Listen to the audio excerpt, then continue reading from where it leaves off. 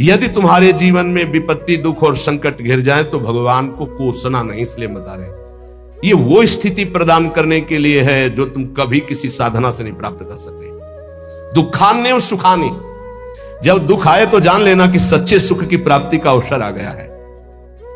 एक श्रीमद् भागवत में प्रसंग है तितिक्षु ब्राह्मण का। उसने कभी भी धर्म नहीं किया था, जीवन भर धन कमाया, परिवार का खूब विस्तार था, कंजूस स्वभाव का था, खूब पैसा एकत्रित करता, परिवार को भी नहीं सुख सुविधाएं देता, ना स्वयं लेता। जब हम धर्म नहीं करते हैं तो एकत्रित किया हुआ धन विविध प्रकार से नष्ट हो जाता है। इसलिए बुद्धिमान वही है जो अपने धन का सदुपयोग कर ले। जमा करना केवल उसका लक्ष्य नहीं, उसका सदुपयोग होना। धन्य है जिन्होंने धन का सदुपयोग कर लिया। उसने सदुपयोग भी नहीं किया, ना तो शरीर में, ना देवी संपदा की प्राप्ति में, ना किसी धर्म में। अचानक आग लग गई, धन नष्ट हो गया। परिवार वाले वैसे ही घृणा करते थे क्योंकि सुख सुविधा साफ छोड़ दिए, उसे निकाल दिए घर से। संपत्ति का नाश, कोई मित्र नहीं, कोई व्यवहारी नहीं। बड़ी अद्भुत घटना श्री कृष्णचंद्र जी उद्धव जी को सुना रहे। अब उसके मन में आया कि अरे पूरा जीवन जिस परिवार के लिए कोई मेरा नहीं, जो धन कमाया वो तो भस्म हो गया, अब क्या? शरीर तो वृद्ध है, अब क्या? तब हाथ उठाया और कहा, हे भगवान, अगर मेरी आयु अब कुछ भी है तो आज से मैं संकल्प लेता हूं मेरा जीवन आपके लिए। और इतना बड़ा महात्मा हुआ कि भगवान उसका यश गा रहे, पर देख लो उसके लोग उसको थूकते, पीटते, मारते, उसको सह करके वो ऐसा ब्रह्म ऋषि बना कि भागवत में उसकी चर्चा है। दुख भगवान की प्राप्ति निश्चित करा देता है यदि आप उबे ना तो। श्री स्वामी ओंकारानंद सरस्वती जी महाराज कह रहे थे, मेरे अंदर कोई भजन की कभी वृत्ति नहीं थी। मैं एक कपड़े का व्यापारी, नई अवस्था, आसपास कपड़े की दुकान थी, मेरी दुकान ज्यादा चलती थी। उन लोगों ने हमसे द्वेष कर लिया और रास्ते में घेर करके हमें बहुत मारा, जूतों से, थप्पड़ से, खून खच्चर कर दिया। जब मैं घर गया कपड़े भीजे हुए खून से, परिवार वाले बहुत रोए कि ऐसा। मैं कुछ किसी से नहीं बोला, सह गया। पर उन लोगों में एक था बहुत ही दुष्ट, उसने 2-3 दिन बाद फिर अकेले मुझे मारा। तब मेरे दिमाग में आया कि कब तक पीटता रहूंगा, अब इसको मैं मारूंगा। तो व्यापारी था ही, मैंने करौली खरीदी, उन्हीं के बिल्कुल यथावत शब्द, करौली खरीदी। और रास्ते में जहां मुझे पीटा था वहीं खड़ा हो गया। अब वो तो पीटने वाले थे, उनको डर तो था नहीं, उनको पता नहीं था कि मैं किस भाव में खड़ा हूं। जे भी हुआ है मैं दौड़ पड़ा, मार करौली, उनको मार डाला, उसको मार डाला। और मार करके मैं कोतवाली पहुंचा और वहां आत्मसमर्पण कर दिया, बिना किसी गवाही के। मेरी ही गवाही में मुझे तन्हाई की सजा दी गई। जब तक न्याय ना होगा तब तक तन्हाई की सजा।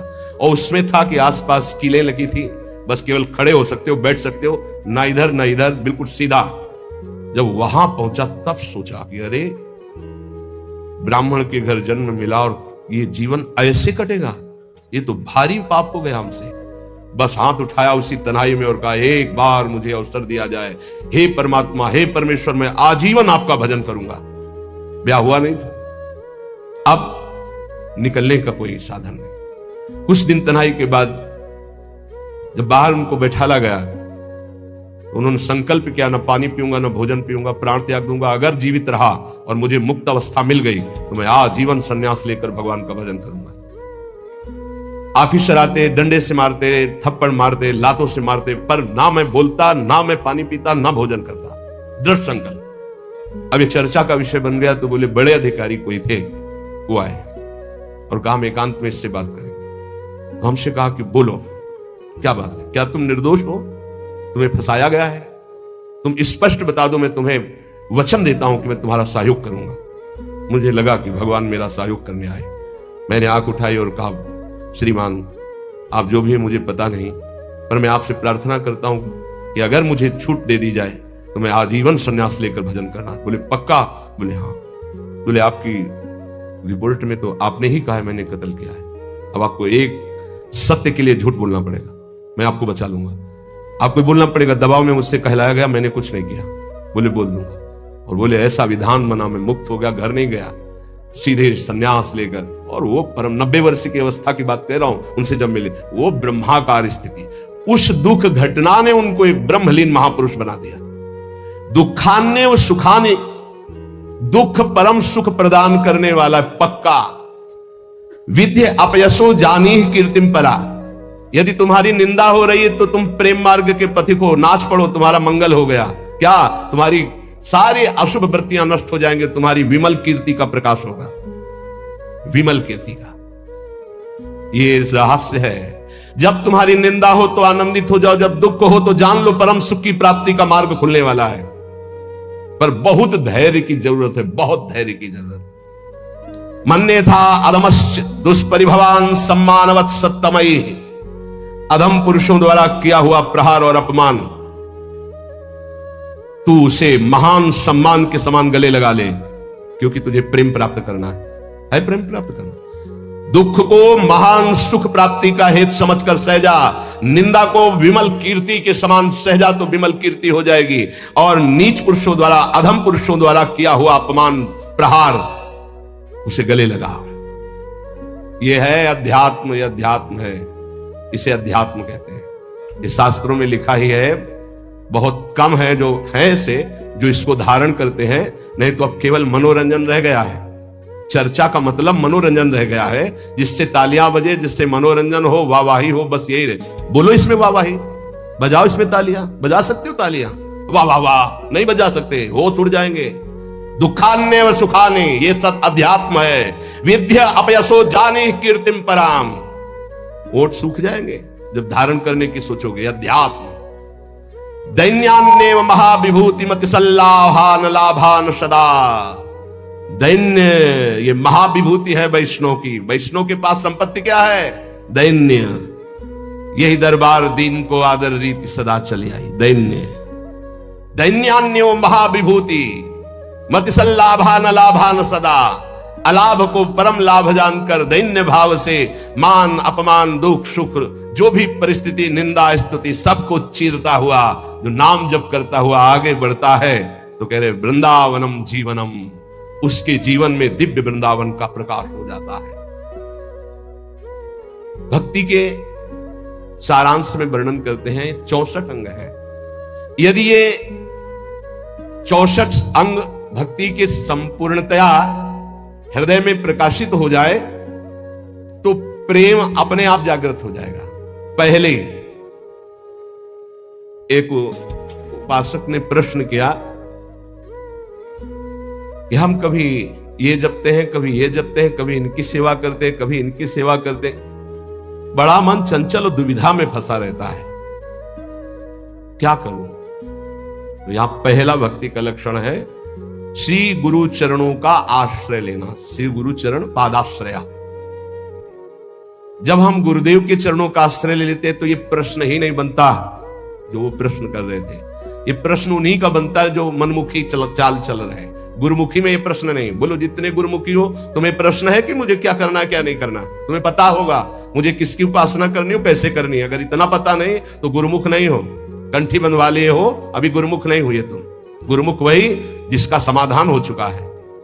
क्या समाधान? मेरे आराध्य देव श्री प्रिया प्रीतम, उनकी उपासना ये पूरा पता है। अब उसमें कोई मिलावट की जरूरत नहीं। इसलिए भक्ति के प्रथम अंग का श्री गुरु चरणों का आश्रय, यहां से प्रारंभ ही होती है। असली भक्ति का स्वरूप यहीं से प्रारंभ होता है, गुरु चरण आश्रित। एक बहुत प्रवीण बुद्धि के उन्होंने कहा कि अगर हम अव्यक्त को गुरु बना लेते हैं तो व्यक्त गुरु बनाने की जरूरत क्या है?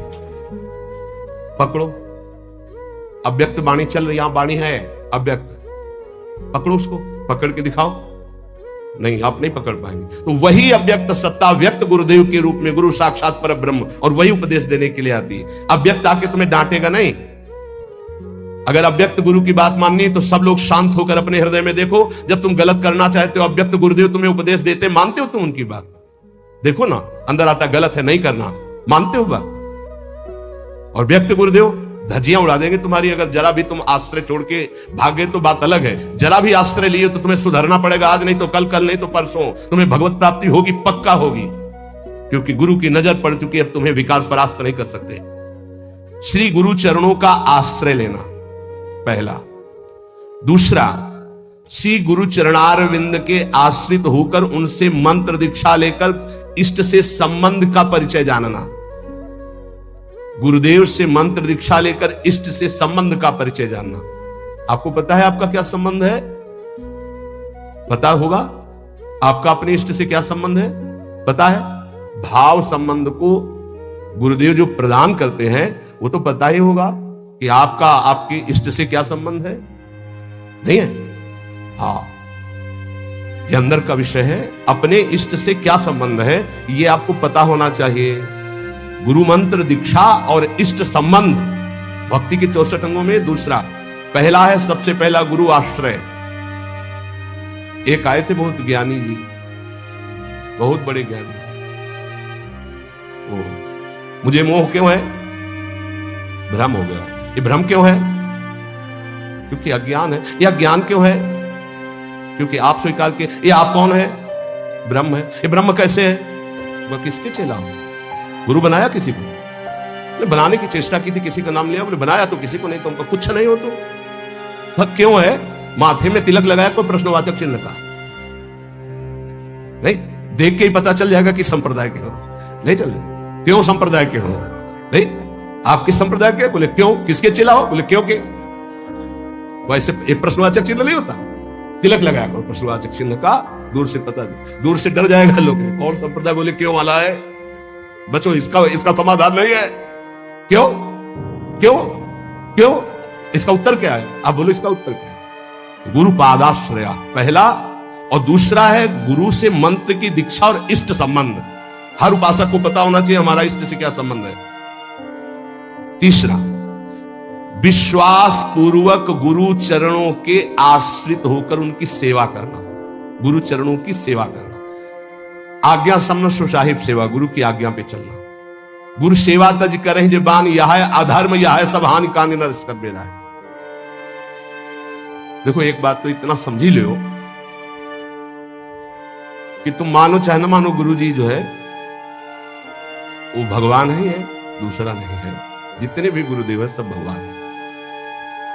और जब आप गुरुदेव से कोई भी कपट या छुपाव करोगे तो गुरुदेव के पास एक दृष्टि होगी। ऐसे ऐसे देखो ना तो टेलीविजन में सब नहीं दिखाई देता, जो चैनल लगा वो चल पड़ता है, ऐसे चल पड़ता है हर चैनल। तब हंसी आती है। कितने बच्चे होते हो, क्या समझते हो गुरु को? मनुष्य मानते हो? नहीं, कभी ऐसा। हम सबसे हाथ जोड़कर प्रार्थना करते हैं, एक घर ऐसा रखो जहां सत्य की व्यवहार वृत्ति हो। गुरुदेव माफ हो जाएगा, सब माफ हो जाएगा, हमारी बात मान लेना। तुमने ऐसा किया जी तो तुम्हें दंड भोगना पड़ेगा जी। कोई छुपाव नहीं, कोई कपट नहीं, कोई मत डरो। गुरु से सत्य व्यवहार करो, यह सबसे बड़ी गुरु सेवा है। गुरु ते कपट मित्र ते चोरी, या हो निर्धन या हो कोढ़ी। हम संतों की भाषा कह रहे हैं। कुष्ठ रोग से ग्रसित हो जाता है आगे चलकर जो गुरु से छल कपट करता है। ध्यान रखना, निर्धनता, भजनहीनता, ये सब उसके जीवन में आ जाएगी। ये सब 2 मिनट का काम, माया का 2 मिनट का काम है। फूलो मत, भूलो मत, सावधान। जिन्होंने मंत्र दिया है, जिन्होंने अपना जीवन दे दिया है, उनके तुम लाड़िले, वो तुम्हारा अमंगल करेंगे। तुम्हें डरना है इस बात से केवल कि हमसे कोई त्रुटि ना हो जाए। गुरु जी हमें डांटेंगे या फटकारेंगे या मारेंगे तो हमारा जीवन कृतकृत्य हो जाएगा। सच्ची मानिए, अभी मारा ही नहीं पड़ी इसलिए तुम बहक रहे हो। एक बार माया की मार तो बहुत खा चुके हो तुम। एक बार गुरु की पड़ जाएगी चपत तो जीवन ठीक हो जाएगा, पक्का समझ लो। जिस दिन गुरु करुणा करके एक चपत मार देंगे उस दिन से माया मारना बंद कर देंगे, पक्का समझ लेना। वो बड़े भाग्यशाली हैं जिनको गुरु की डांट और चपत लगती है। मनमानी आचरण करके ऐसा मत करना कि अब चपत खानी ही है कुछ ऐसा करे कि नाराज हो जाए तो फिर दिन भर नाराज बने रहेंगे। इतने हैं, अगर हमसे कोई गलती होती है और गुरु हम पर नाराज होते हैं, चपत मार देते हैं, तो माया की चपत से मुक्त हो जाते हैं। पक्का डरना नहीं। डरो इस बात से कि कहीं हमारे और गुरु के संबंध में कोई बीच में ना आ जाए, बस ये बात, कहीं दरार ना पड़ जाए। और जो डर होता है वो माया जनित, हम डरते नहीं। नरसिंह भगवान से सब डर रहे थे, प्रहलाद जी डरे क्या? दौड़ के गोद में हमारे गुरुदेव है, हमारे माता पिता है, हमारे मित्र हैं, हमारे प्रीतम है, हमारे स्वामी, यही सब है। तुम्हें माता च पिता तुम्हें बंधुश्च सखा तुम्हें। तो गुरुदेव के प्रति निष्कपट निश्चल भाव रखना, इससे बड़ी कोई सेवा नहीं है। विश्वास पूर्वक गुरुदेव के चरणों की सेवा करना 64 भक्ति अंगों में। ये 3 तो केवल गुरुदेव में है। गुरुदेव के चरणों का आश्रय, गुरुदेव से प्रभु के मंत्र की दीक्षा और प्रभु से संबंध की जानकारी, तुम्हारा ये संबंध प्रभु से, विश्वास पूर्वक गुरु चरणों की सेवा तीसरा। चौथा, जिस मार्ग में बड़े बड़े महापुरुष चले आए हैं उसी मार्ग का अवलंबन लेना। कोई नया स्थापित मार्ग नहीं, आचार्य परंपरा से होना चाहिए। लाखों इस परंपरा में सिद्ध रसिक हो गए हैं, लाखों, एक तो नहीं, लाखों, जो भगवत प्रेम में मत वाले। ये जो हमारी वैष्णव परंपरा है वो 4 संप्रदाय है। इसके अलावा ये निकुंज की जो उपासना है ये अलग है। जो 4 संप्रदाय है उसमें श्री जी की, लालजू की सम्यक उपासना है, पर श्री जी के चरणारविंद की ठसक से जो निकुंज की उपासना है, वृंदावनाधीश्वरी की, ये निकुंज से आई हुई सखियां हैं जो आचार्य रूप में आकर के इस रस को प्रदान करती है। बड़े बड़े महाभागवतों द्वारा परिग्रहित मार्ग का ही अवलंबन करना। ऐसी जगह कभी ना जुड़े जहां आचार्य परंपरा ना हो। ध्यान रखो, परंपरा देखनी चाहिए, आचार्य परंपरा देखनी चाहिए। यहां राधा वेष्टम संप्रदाय करता आचार्यो राधा मंत्रदा सद्गुरुश्च मंत्रो राधा यश्च सर्वात्मनैवं वंदे राधा पाद पद्म प्रधानम श्रीत हरिवंशम।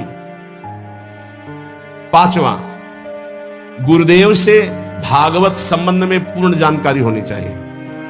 भागवत धर्म हमारा क्या है, जिस धर्म में हम दीक्षित हुए, हमारा कर्तव्य क्या है, हमारा लक्ष्य क्या है, हमारी दिनचर्या क्या होनी चाहिए। 6वां, अपने आराध्य देव की प्राप्ति के लिए भोगों का त्याग कर देना।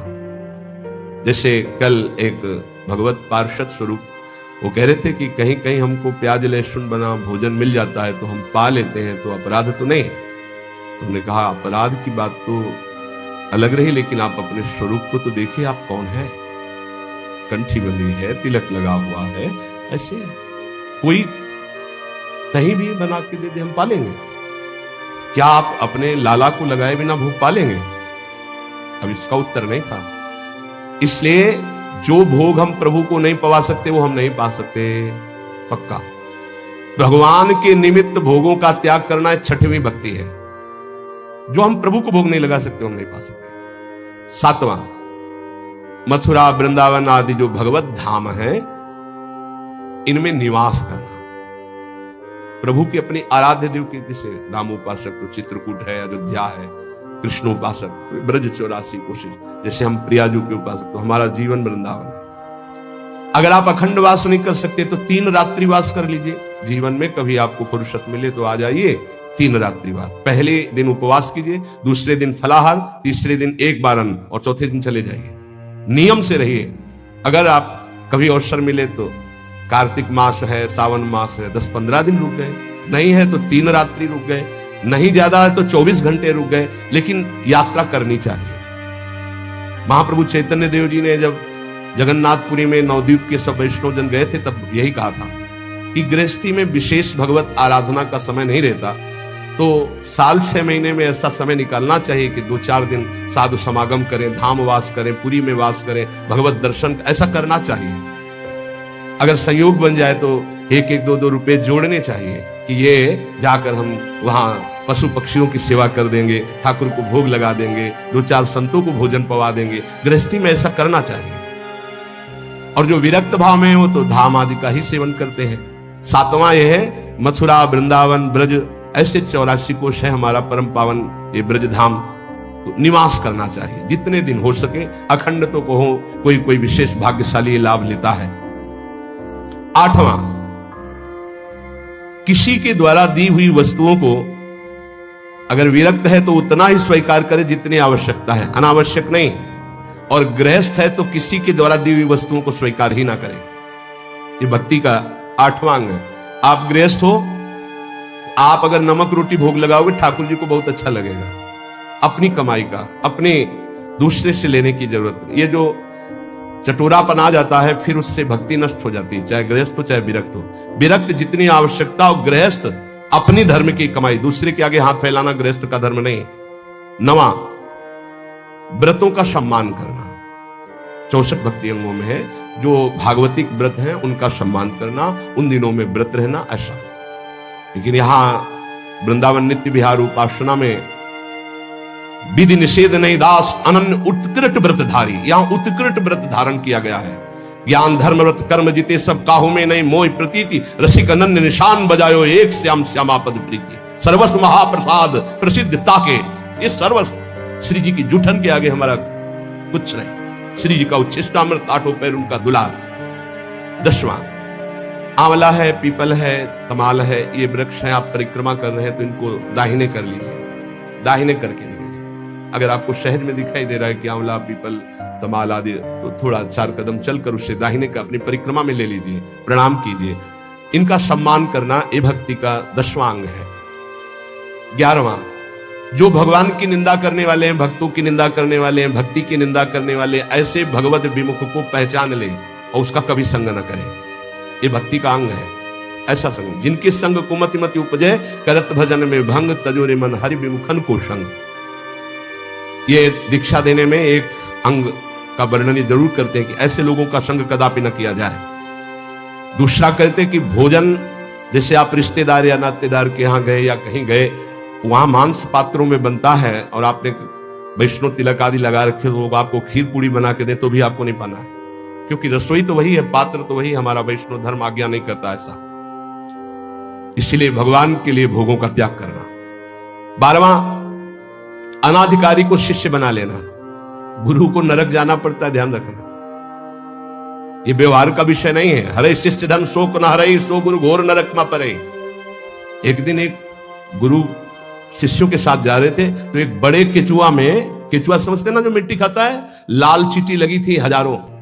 तो उनका गुरुदेव कितना इसको कष्ट हो रहा होगा, क्या इसने ऐसा काम किया कि इसके कोमल शरीर को लाल चींटी काट ले तो बहुत कष्ट होता है, खुजलाता, दाग बन जाता बहुत। बोले हजारों इसके कोमल शरीर में लगे। ध्यानस्थ हुए, कहा बेटा ये गुरु जी है, ये चेला है। ये गुरु जी है जो केचुआ बने हैं, और ये चेला है जो चींटी बनी, से धन लिया है। भगवत प्राप्ति की कोई चर्चा नहीं, तो ये देखो ये लीला हो रही। एक न सुने एक नहीं देखा, गुरु शिष्य अंध बधिर कर लेखा। गुरुदेव उपदेश नहीं कर रहे अपने शिष्य को, गलत मार्ग में जा रहा है तो डांट नहीं रहे, और शिष्य गुरुदेव की बात नहीं सुन रहा, दोनों नरक भोगेंगे। अनाधिकारी को शिष्य बनाने का मतलब है अपनी गति में फर्क डाल लेना। इसलिए आरत अधिकारी जब पावे गुढ़ तत्व, ये व्यवहार का विषय नहीं कि आपके व्यवहार से हम दीक्षा दें, ये डायरेक्ट सीधा है। हमें अनुकूल लगा तो देंगे, हमारे धर्म के अनुकूल, नहीं लगा तो कोई व्यवहार का विषय है, ये धर्म का विषय है, ये जीवन का विषय है। तुम थोड़ी नरक में हमारी रक्षा करोगे, हम तुम्हारी नरक में रक्षा करेंगे। हमारे अनुकूल चलना होगा, जो धर्म का आचरण है। अनाधिकारी को शिष्य बनाने का मतलब है गुरु अपने नरक का निमंत्रण कर देना, या तो सभा में मना कर दे। सेवा विचारम नामक ग्रंथ, उसमें हमने पढ़ा था कि यदि शिष्य आज्ञा का पालन नहीं करता अनाधिकारी, तो सभा में खड़े होकर के उसका त्याग कर दे, बता दे कि हम त्याग करते हैं, आज के बाद स्वीकार नहीं है शिष्यत्व इसका, हमारी आज्ञा का उल्लंघन, तो आप बच जाओगे, नहीं तो भोगना पड़ेगा। 13वां, भक्ति के विरोधी ग्रंथों का कभी अवलोकन न करें। कॉमिक्स पढ़ रहे हैं, ये पढ़ रहे हैं, वो देख रहे हैं, ये देख रहे हैं, ये करते हैं, वो गेम खेलते। अरे यार, राधा राधा राधा राधा राधा, कृष्ण कृष्ण कृष्ण कृष्ण कृष्ण, इसमें समय लगाना है कि उसमें लगाना है? मजीरा उठाओ, 1 घंटा कीर्तन करो, भागवत उठाओ, 10 अध्याय पाठ करो, गीता जी उठाओ, उसका ये भगवत मार्ग भाई। भगवत विरोधी भावों को नहीं, भगवत विरोधी ग्रंथों को नहीं। 14वां, जिससे हमारी भक्ति में बाधा पड़े ऐसे कभी कार्य ना करें। बड़े बड़े व्यवहारिक कार्य, बड़े बड़े सामाजिक कार्य, बड़ी बड़ी सभाएं जिससे हमारा भजन छूटे, ठीक। पूज्य पंडित गया प्रसाद जी महाराज गिरिराज वाले, तब माना जाएगा कि आपका भजन हुआ जब बड़े से बड़े शुभ कार्य के अनुष्ठान का मन न चले।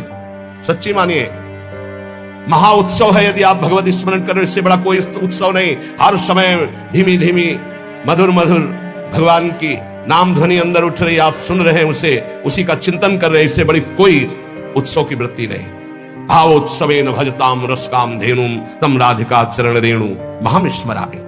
चाहे वो ज्ञान मार्ग हो, चाहे भगवत भक्ति का मार्ग हो, जब तक संसार का चिंतन है तब तक न ज्ञानी है न वो भक्त है।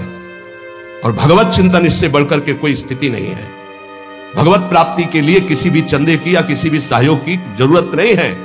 वो हृदय से भगवत स्मरण करे, इसी से भगवत प्राप्ति होती है। आप गीता जी और भागवत जी सब उठा करके देख लीजिए। अनन्य चिंतयन्तो माम, अनन्य चेता सततम, जगह जगह अनन्य चिंतन। ये दूसरे के द्वारा नहीं होता, ये अपने द्वारा होता है, ये पैसे से नहीं होता, ये बार बार अभ्यास से मन लगाने से होता है। 15वां, यदि आपके घर कोई अतिथि साधु महात्मा आ गया है, भारी व्यवस्था नहीं है आपके पास, माना तो आज अपना भोजन दे दीजिए, उसमें कंजूसी मत कीजिए। आप अपने किसी उचित व्यवहार के लिए अर्थ ले जा रहे हैं, कोई बीमार तड़प रहा है, आप कष्ट सह लीजिए, वो पैसे से दवा उसको दे दीजिए। ये पूज्य गुरुदेव भगवान के श्रीमुख के वचन।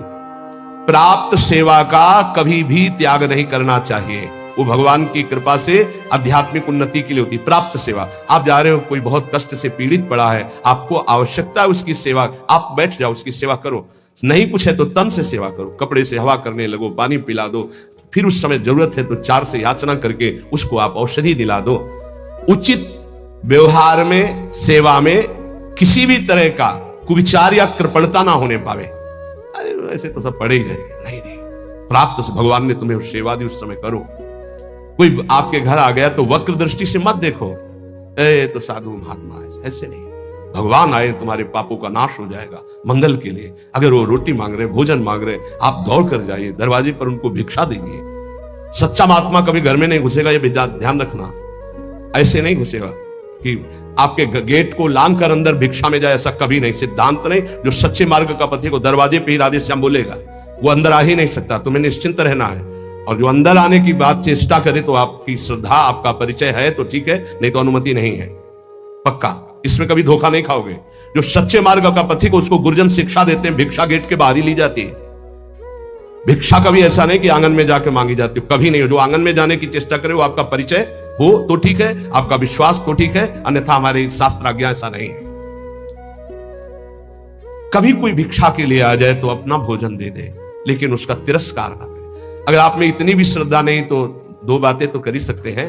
राधेश्याम, वो कह रहा है हमें अमुक चीज चाहिए, असमर्थ हूं, आप जल पी लीजिए, मृदु वचन बुला दीजिए, ऐसे शब्द बोलिए कि उनको बचने का दरिद्रता, आपको नहीं देने की सामर्थ्य, आप मना कर दीजिए। लेकिन कटु वचन और रुद्र दृष्टि अगर अतिथि की प्रति की गई तो सारा आपका पुण्य नष्ट हो जाएगा, सारा पुण्य नष्ट हो जाएगा। यह धर्मशास्त्र के अंतर्गत की बात है। उचित व्यवहार, उचित सेवा का अवसर आया, उसमें कंजूसी मत कीजिए, देने में संकोच नहीं होना चाहिए। अब हमारा फिर क्या होगा, वो विश्वंभर देख रहा है, बहुत सुंदर व्यवस्था करेगा। आज तक जिसने साधु सेवा की, भगवान की प्राप्ति हुई, भगवान की कृपा प्राप्ति हुई, कभी ऐसा नहीं हो सकता कि संत सेवा वाला, कभी नहीं हो सकता। श्री जी उसके वैभव, उसके सेवा में उपस्थित, भगवान उपस्थित है। त्रिलोचन जी के यहाँ संत सेवा में स्वयं भगवान श्री हरि अंतर्यामी नौकर बन करके चले गए। तो ये कभी ना सोचो कि भिक्षुक को, साधु सेवा को अगर हम स्वीकार करेंगे तो हमारा कुछ चला जाएगा। नहीं नहीं, एक का वो लाखों देता है, ऐसा महान है उनका मालिक। भक्त का ये 15वां लक्षण है 64 अंगों में कि आए हुए प्राप्त अतिथि की सेवा, संत सेवा या किसी की ऐसी परिस्थिति, उसमें कंजूसी ना करे, वो बड़े भाव से सेवा करे। 16वां, कुछ भी नष्ट हो जाए शोक ना करे। शोक क्यों ना करे, हमारी बड़ी कीमती वस्तु नष्ट हो गई तो जिसने अनंत ब्रह्मांड बनाया मेरा स्वामी जिस समय चाहेगा वो उससे बड़ी कीमती वस्तु दे देगा, मैं शोक क्यों करूं। दूसरा, क्रोध न करें। क्रोध होता है कामना से, जब हमारी कामना की पूर्ति में बाधा लगता है तो कामा संजायते क्रोधा। अगर हमारी कामना की पूर्ति नहीं तो हरि कोई बहुत मंगल में विधान कर रहे हैं, हमें क्रोध नहीं करना। अगर कोई हमारा अपमान कर रहा है तो हरि बहुत कृपा कर रहे हैं, मेरे देहाभिमान को गलित कर रहे हैं। अगर कोई हमारी निंदा कर रहा है तो हमारे पापों को नष्ट कर रहा है, उससे जैसा हमारा प्यारा मित्र कौन हो सकता है। तो हमें क्रोध बनता ही नहीं किसी पर करने को। और भी काम आदि विकारों के वशीभूत ना होना, ये 16वां है। 17वां, आप भले अपने देव इष्ट देव के अनन्य हैं, लेकिन किसी भी देवी देवता का आप निंदा या अपमान ना करें, नहीं तो आपके इष्ट देव से आपकी रति खत्म हो जाएगी। अनन्यता के ठसक में आकर कहीं किसी की निंदा न कर दे, कहीं किसी का अपमान न कर दे, सब में हमारा इष्ट विराजमान है। 18वां, किसी भी जीव को वाणी से, तन से, मन से उद्वेग ना दे और किसी के द्वारा दिए हुए उद्वेग से उद्वेगित ना हो। ये बहुत काम की बात है। कोई कितना भी उद्वेग दिलाना चाहे, आप उद्वेगित ना हो, आप अंदर से व्यथित ना हो, नहीं तो आपकी निष्ठा में फर्क पड़ जाएगा, साधुता में फर्क पड़ जाएगा। और 19वां, 32 सेवा अपराध और 10 नामापराधों से बचे। वो चर्चाएं पीछे हो चुकी है। 20वां, यदि कोई भगवान के भक्ति की निंदा कर रहा है तो या तो उसकी जबान बंद करो या कान में अंगुली डालो, हाथ चल दो, राधा राधा राधा राधा राधा राधा। भक्त निंदा कान में नहीं पड़नी चाहिए। और यहां और कान के पर्दे हिला के पूरा सुनना चाहते हैं। फिर क्या हुआ?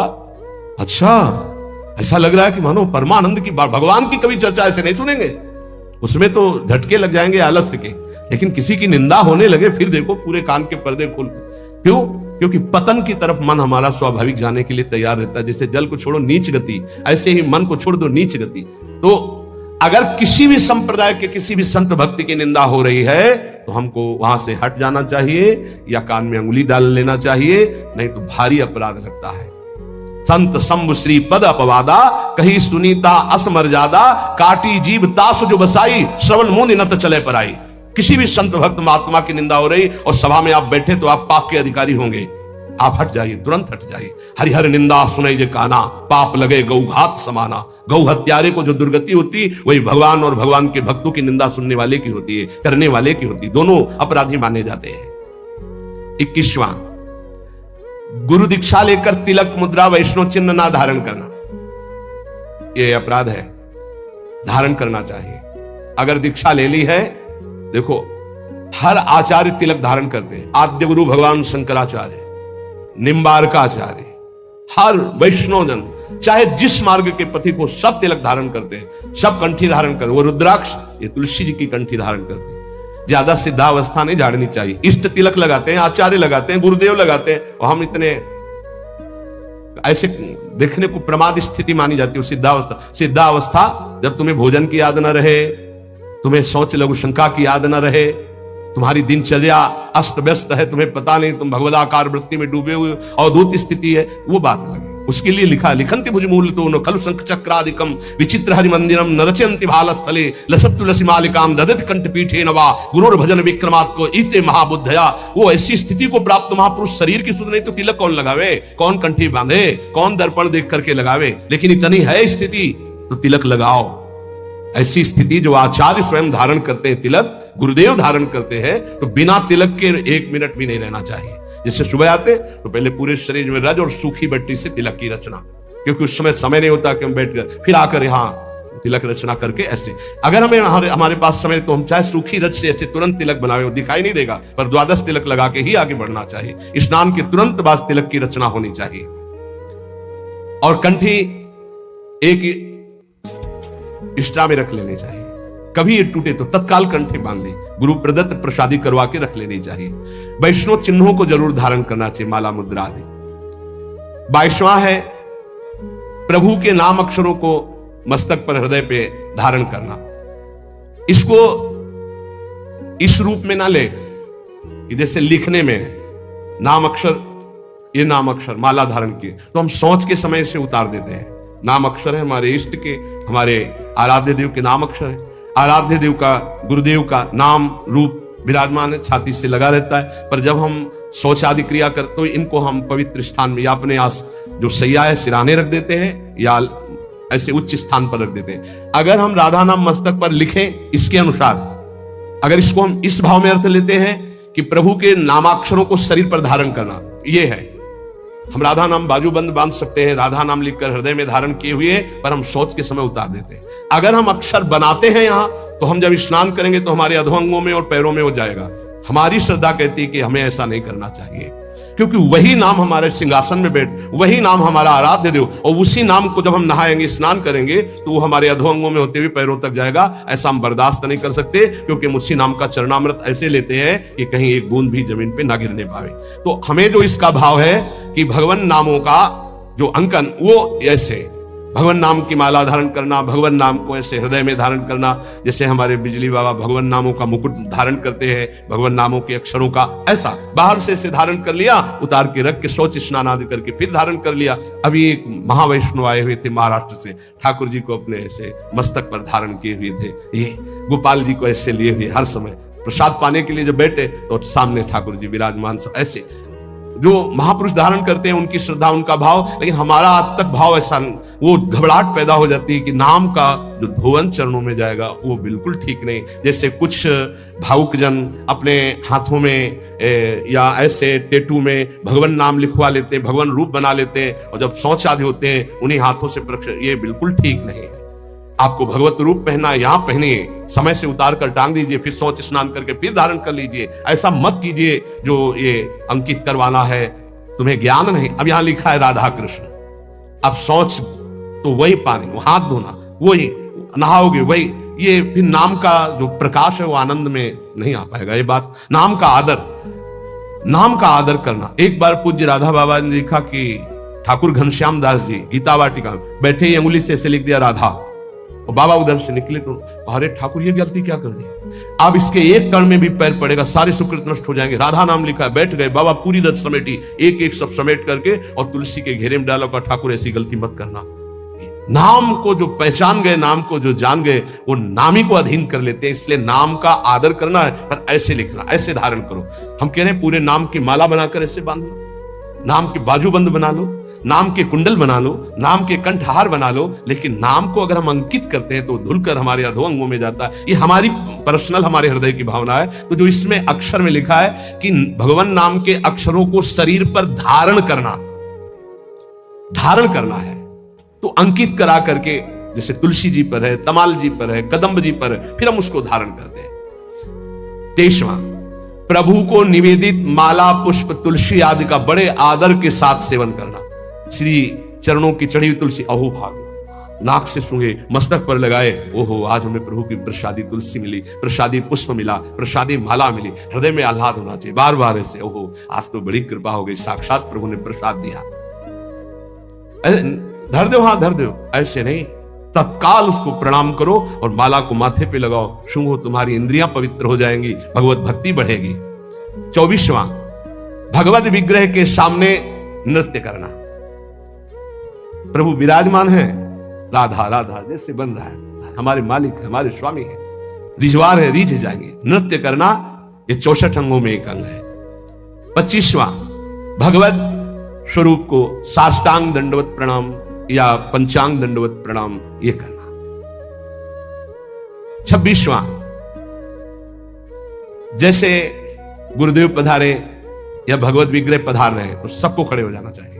जैसे अपनी श्री जी श्रृंगार ग्रह से पधार रहे हैं या मंगला में शयन ग्रह से पधार रहे हैं तो सबको खड़े हो जाना चाहिए। श्री जी पधार रहे हैं, गुरुदेव पधार रहे हैं, खड़े हो जाना चाहिए। भगवत विग्रह का, गुरुदेव का अभ्युत्थान, उनको देखकर खड़े हो जाना है, सम्मान करना, ये भक्ति का 26वां अंग है।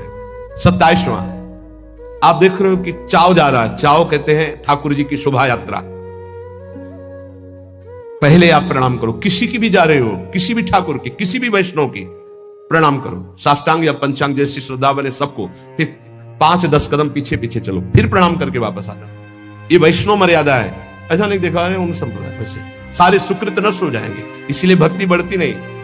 अरे कोई कृष्ण बोले, कोई राम बोले, कोई हरि बोले, कोई शिव बोले, सबकी चरण धूल मेरे माथे पे, ये सब महाभागवत जन है। ये जो दृष्टि रखते हैं ना ऐसे किस संप्रदाय के, ये पुण्य नष्ट हो जाएंगे। कोई भी भगवत विग्रह, जैसे कोई भक्त है अपने ठाकुर जी को माथे पे विराजमान किए, प्रणाम करो, 5 कदम उसके साथ चल दो, नाम कीर्तन हो रहा है तो अपना मंत्र जपते हुए साथ चल दो, फिर प्रणाम करो, वापस आ जाओ, इससे कृपा प्राप्त होगी। प्रभु के चाव या सवारी के पीछे कुछ कदम चलना, अगर बहुत समय है तो आप साथ चलें तो 5 कदम तो चल ही सकते हैं। 28वां, प्रभु के श्री विग्रह के दर्शन के निमित्त जाना। बिहारी जी, राधा रमण, राधा वल्लभ, यहां तो घर घर ठाकुर तुलसी सेवा। प्रभु के मंदिरों, और अगर आपका शरीर स्वस्थ है तो सवारी मत लीजिए, आपका शरीर स्वस्थ है तो नंगे पैर जाइए।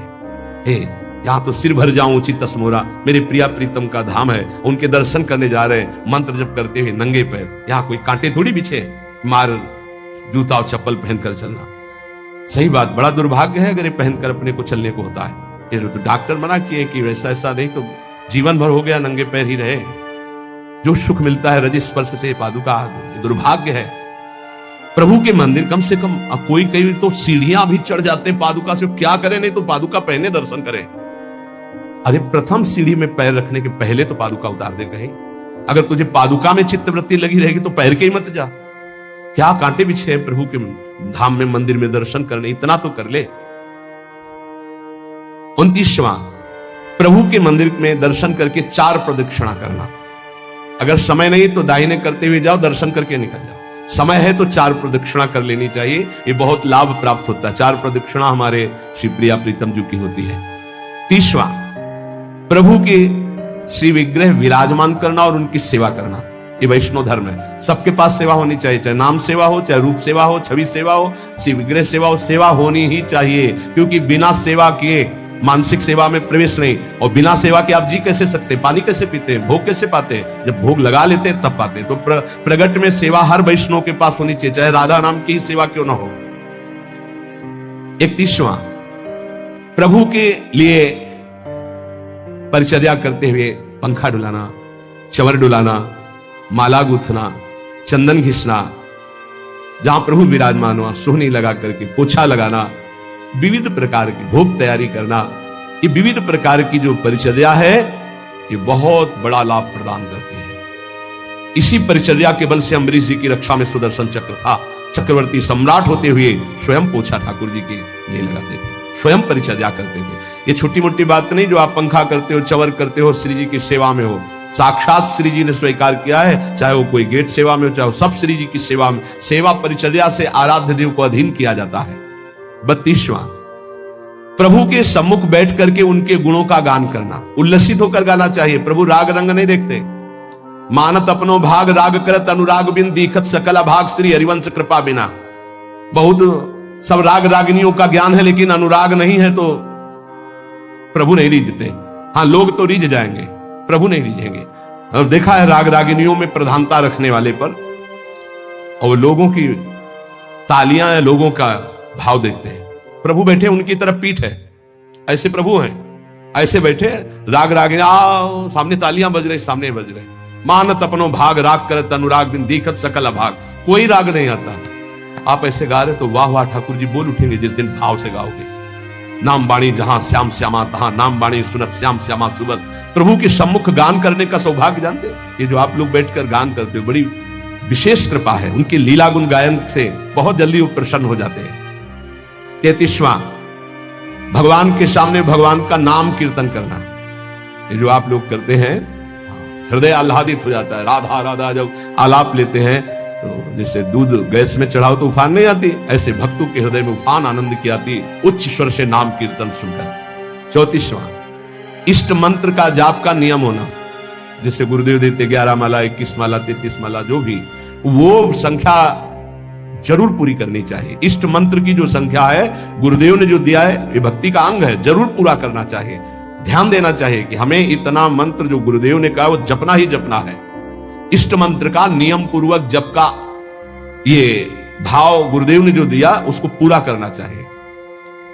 35वां, रोज प्रभु से प्रार्थना करनी चाहिए, उनकी कृपा मांगनी चाहिए।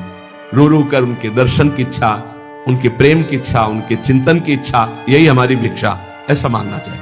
रोज 4 शब्द तो बोलना चाहिए, लाडली कृपा करो, अपना निरंतर नाम हमारे हृदय में चला दो, प्रिया जो और कोई चिंतन न बन पावे, बस आपका चिंतन बना रहे, ऐसा मन से बातें करनी चाहिए, वही प्रार्थना है। 36वां, महापुरुषों के द्वारा गाए हुए स्तोत्र और पदों का गायन करना चाहिए। जैसे चतुरासी जी है, ये सब स्तोत्र ही है। श्रीमद राधा सुधा निधि, एक एक श्लोक सब प्रार्थना भरे हुए हैं, स्तोत्रों का गायन करना चाहिए। 37वां, प्रभु के निवेदित किए हुए प्रसाद का बहुत महत्व रखना चाहिए। जैसे प्रसाद आया तो खड़े हो जाना चाहिए, भगवत प्रसाद आया प्रणाम करके, हाथ में जो तत्काल पाना चाहिए, तत्काल। प्रसाद की महिमा चाहे किनका तत्काल, वैसा रख दो फिर पा लेंगे समय आने पर, अभी हमारे पास समय नहीं, ये अपमान हो गया प्रसाद। भगवत प्रसाद का सबसे पहला सम्मान माथे पे लगाओ, प्रणाम करो। अगर आप बैठे हो प्रसाद आया तो खड़े हो जाओ, पहले प्रसाद का सम्मान करो, भगवत स्वरूप मानना। एक कह रहे थे कि हम कुछ भी पाते हैं तो हमारा भजन रुकता है, तो हमका कुछ क्यों पाते हो? गुरु प्रसाद पाओ, भगवत प्रसाद पाओ। हाँ बोले वही तुमका उसे कुछ में क्यों बोले?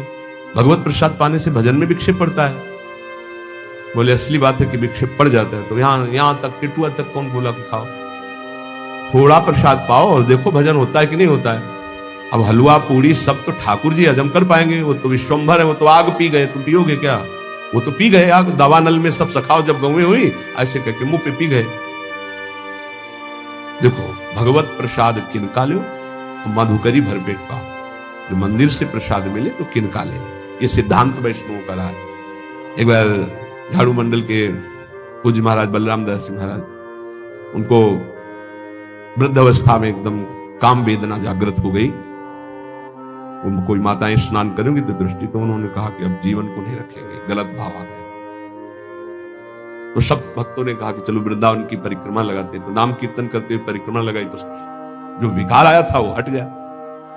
बहुत बड़ा प्रभाव है जिससे आपका ज्यादा दिमाग संसार की तरफ आकर्षित होने लगे। तो कोई अन्न चला गया दूषित तो आप वृंदावन की गिरिराज जी की परिक्रमा लगा। इसका नाम मृत्यु लोक भैया। हम भी और तुम भी दोनों शरीर छोड़ेंगे, आज नहीं तो कल। तैयारी कर लो तो माला माल होके चलो, नहीं तो ऐसे ही जाना पड़ेगा, जबरदस्ती तुमको घर से बाहर निकाल के ले जाएंगे। हम तुम सबको जाना है, जाने की तैयारी कर लो। जो पहले से तैयार न थे पछता पछता कर चले गए। हम तुम सबको जाना है, जाने की तैयारी कर लो। क्या राधा राधा राधा राधा, सब कुछ सहेंगे, किसी से कुछ न कहेंगे, बस राधा राधा राधा। बढ़े चलो, एक एक कदम बढ़े चलो, हर दुख संकट को रौंदते हुए राधा राधा राधा। बड़े धनी हो जाओगे जब यहां से जाओगे तो वीआईपी व्यवस्था होगी। और अगर व्यवस्था में तुम्हारी ये धन नहीं हुआ तो अस कूटते हुए ले जाएंगे, बूंद भर पानी नहीं पियाएंगे। दक्षिण की तरफ 1 योजन का मतलब 4 कोस होता है।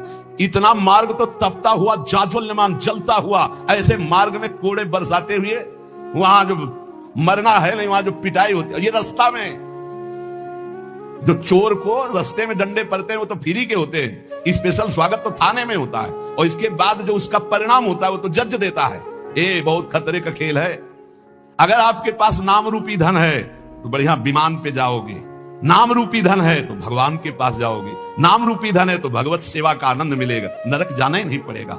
इसलिए क्लेश सहना सीखो। क्लेश में नाम जप को मत दो, नाम जप को बचाओ। कई बार हमने कहा ब्रह्मास्त्र का प्रयोग मच्छर मारने के लिए नहीं किया जाता, नाम जप का प्रयोग ये आए हुए दुख मिटाने के लिए नहीं। दुख को भोग लो और नाम जप के फल से भगवत प्राप्ति करो। सुख हित लाडली लाल के सहे समोद कलेश। जो भी कलेश भगत कह रहे थे कि बहुत हमें दुख होता है, लोग हमारी निंदा करते हैं। क्यों करते हैं? हम किसी को कुछ कहते नहीं, तिलक लगाते हैं, कंठी धारण किए, आपने दीक्षा दी, मैं भजन करता हूं, पर जिधर निकलो परिवार रिश्ते ना सब हमारा उपहास करते हैं। क्यों करते हैं? क्योंकि उनके अंदर आसुरी प्रवृत्ति है। दैवी संपदा को देखकर आसुरी प्रवृत्ति अपने आप जलने लगती है। यह है शास्त्रीय उत्तर। और साधनात्मक उत्तर है क्योंकि भगवान आपको मजबूत बनाना चाहते हैं। आप बहुत कमजोर हो, दूसरे की गाली सुनकर रो देते हो। ये भगवत मार्ग है। देखो, लाडली लाल के हित सहाय समोद कलेश। भगवान ऐसे लोगों को जरूर भेजते हैं, ऐसे लोगों को जरूर भेजते हैं कि और औरत की तरफ देखे चाहे देखे, उसकी तरफ भक्त को दिखवाते हैं और सुनवाते हैं। तो क्यों सुनवाते हैं? क्या वो मजाक कर रहे हैं? नहीं, अपने भक्त को परिपक्व करना चाहते हैं। अरे तो बिना सुनवाए परिपक्व कर दे, नहीं होता। मटकी को धूप से सेक के पानी डाल करके आप सुरक्षित नहीं रख सकते, उसको आवे में रखना पड़ेगा। केवल धूप की सेक से नहीं पकेगी, उसे आवे में पकाना पड़े। ये आवा है। उपहास करना, निंदा करना, मारपीट भी कर देना, ऐसा भी होता है। मारपीट भी कर देते बड़े बड़े संतों को, बड़े बड़े संतों को। 4 बजे सुबह यमुना स्नान करके एक महापुरुष आ रहे थे। 3-4 लोग आए, बोले रुपया लाओ। उनका हम तो भिक्षा से जीते, रुपया तो मार डंडे जांग में, पिंडरी में, ऐसे बड़े डंडे में लाठी जैसे वो बड़ी जोर की, बोले राधा वल्लभ राधा वल्लभ राधा वल्लभ श्री हरि। कई डंडे मारे, ढोली थतोली तो कुछ नहीं, वही कपड़ा लंगोटी कमंडल आजाद सा। वहां बुरा भला लगने की थोड़ी बात है। घटना है, प्रभु इसको भगवा रहे, प्रभु दे रहे, बड़े प्रभु बहुत बढ़िया इनाम दे रहे हैं। तो अरे पूजन कर रहा है, प्रभु का चिंतन कर रहा है, 4 बजे यमुना स्नान कर, डंडा ऊपर से चलवा रहे। यही परिपक्वता है। अगर डंडा सह गए तो यमराज के डंडे से बच जाओगे। इतने पाप जमा है, सब कट जाएंगे, 2-4 डंडे में कट जाएंगे, विश्वास कर लीजिए, पक्का समझ लो। बहुत कृपालु हैं भगवान। एक आए, बोले बहुत वर्ष सब ये खाते पीते थे, आपका सत्संग सुना, छोड़ दिया, पर दुख नहीं हट रहा है। कितना दुख? छोटा मोटा दुख नहीं, लाखों मुर्गा खा डाले होगे तो लाखों बार मुर्गा बन के तुमके चाकू के नीचे आना पड़ता। आज राधा राधा शुरू कर दिए तो थोड़ा जुकाम बुखार हो, ऐसे 2-4 इधर उधर की घटना से वो सब कट जाएगा। तुम्हें दिखाई नहीं दे रहा है? नहीं, लाखों बार जो खा चुके हो ना जीवों को, मछली को तल तल के, वैसे तले जाते, वैसे लाखों बार काटे जाते। पक्का समझो, एक बार जन्म होता, एक बार काटते। ये तो कृपा है कि एक ही झटके में तुम्हारा हाथ पैर तोड़ करके तुम्हें मुक्त कर रहे हैं प्रभु। कृपा मनाओ कि भारी पाप को छोटे से दंड में निपटा रहे हैं। बुरा मत सोचो कि भगवान का भजन कर रहे हैं तो हमें कष्ट क्यों मिल रहा है। सुखहित लाडली लाल के सहाय समोद कलेश। किसी सहचरी भावापन्न महापुरुष का शरणागत होकर और जो जीवन में क्लेश आवे उनको सहे, लाडली लाल के हित में ही रहे, अर्थात उनके कभी प्रतिकूल न सोचे। सेवा सकल निकुंज की करे सदा विकार। अब आप कहोगे हमारा निकुंज, तुम्हारा घर निकुंज है, तुम्हारे घर में जो लाडली लाल है पूरा निकुंज है घर, उसी भाव से सोहनी लगाओ, उसी भाव से पूछा लगाओ कि हाँ ये लाडली लाल का निकुंज घर है, दीपक जलाओ, प्रियालाल को स्नान कराओ, भोग लगाओ, पूरी निकुंज की सेवा हो रही। चाहे जहां हो, दिल्ली कलकत्ता जहां भी हो, देश विदेश, तुम्हारे यहाँ लाडली लाल विराजमान, वो महल है, वो लाडली लाल का निकुंज है, उसी भाव से आराधना करो। संयत इंद्री मन सदा बस सेवा अधिकार। बस सेवा के लिए आपकी इंद्री मन उठे, भोग के लिए नहीं। अगर गृहस्थी में हो तो संतान उत्पत्ति भी भगवान की सेवा है, ऐसी भावना करनी चाहिए। लख निकुंज लीला सुखी श्यामा श्याम ललाम। जब निकुंजाधिपति देखेंगे आपकी ऐसी भावना कि सहचरी भावापन्न महापुरुष की शिष्यता स्वीकार कर उनकी आज्ञा के अनुसार निरंतर मन और इंद्रियों को सेवा में लगाए हुए हर द्वंद्वों को सह रहे हो, तो सीधे वो निकुंज का लाइफ शुरू कर देंगे।